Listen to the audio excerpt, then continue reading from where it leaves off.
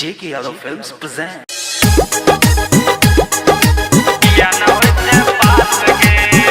JK Yadav Films.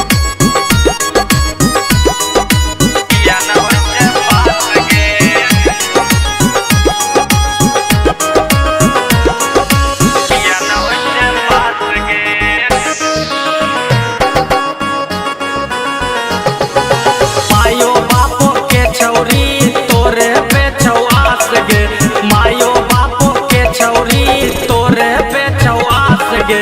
Khagaria में coaching करे छे किया न होय छे पास गे, खागरिया में कोचिंग करे छे किया न होय छे पास गे। ये बीए करबे छौरी सबके छौ विश्वास गे, ये बीए करबे छौरी सबके छौ विश्वास गे। खागरिया में कोचिंग करे छे किया न होय छे पास गे, खागरिया में कोचिंग करे छे किया न होय छे पास गे। छोरी किया न होय छे पास गे। JK Yadav Films. माँ वैष्णो रिकॉर्डिंग स्टूडियो दिल्ली। किया न होय छे पास गे।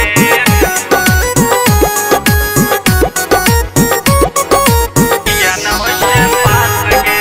पढ़ाई के बहाने छौरी करे जाय छे भेंट गे, हीरो ऐना बानी के मार के जाय छे सेंट गे।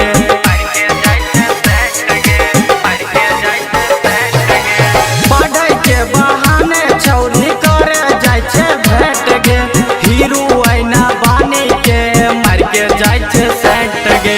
तीन टाइम करे छे छौरी कोन क्लास गे, तीन टाइम करे छे छौरी कोन क्लास गे।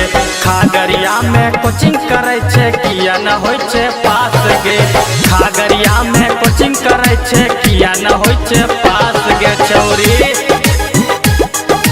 किया न होय छे पास गे। JK Yadav Films.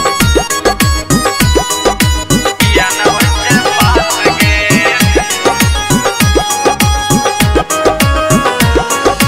किया न होय छे पास गे।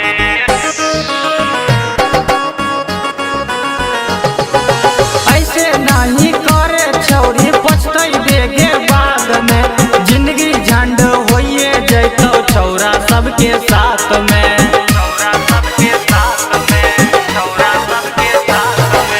ऐसे नहीं करे छौरी पछतै देगे बाद में, जिंदगी झंड होइए जैतो छौरा सबके साथ में। राइटर शंकर के संगे कर ले छौरी घात गे, आज अमर जीत के संगे कर ले छौरी घात गे। खागरिया में कोचिंग करे छे किया न होय छे पास गे, खागरिया में कोचिंग करे छे किया न होय छे पास गे। JK Yadav Films.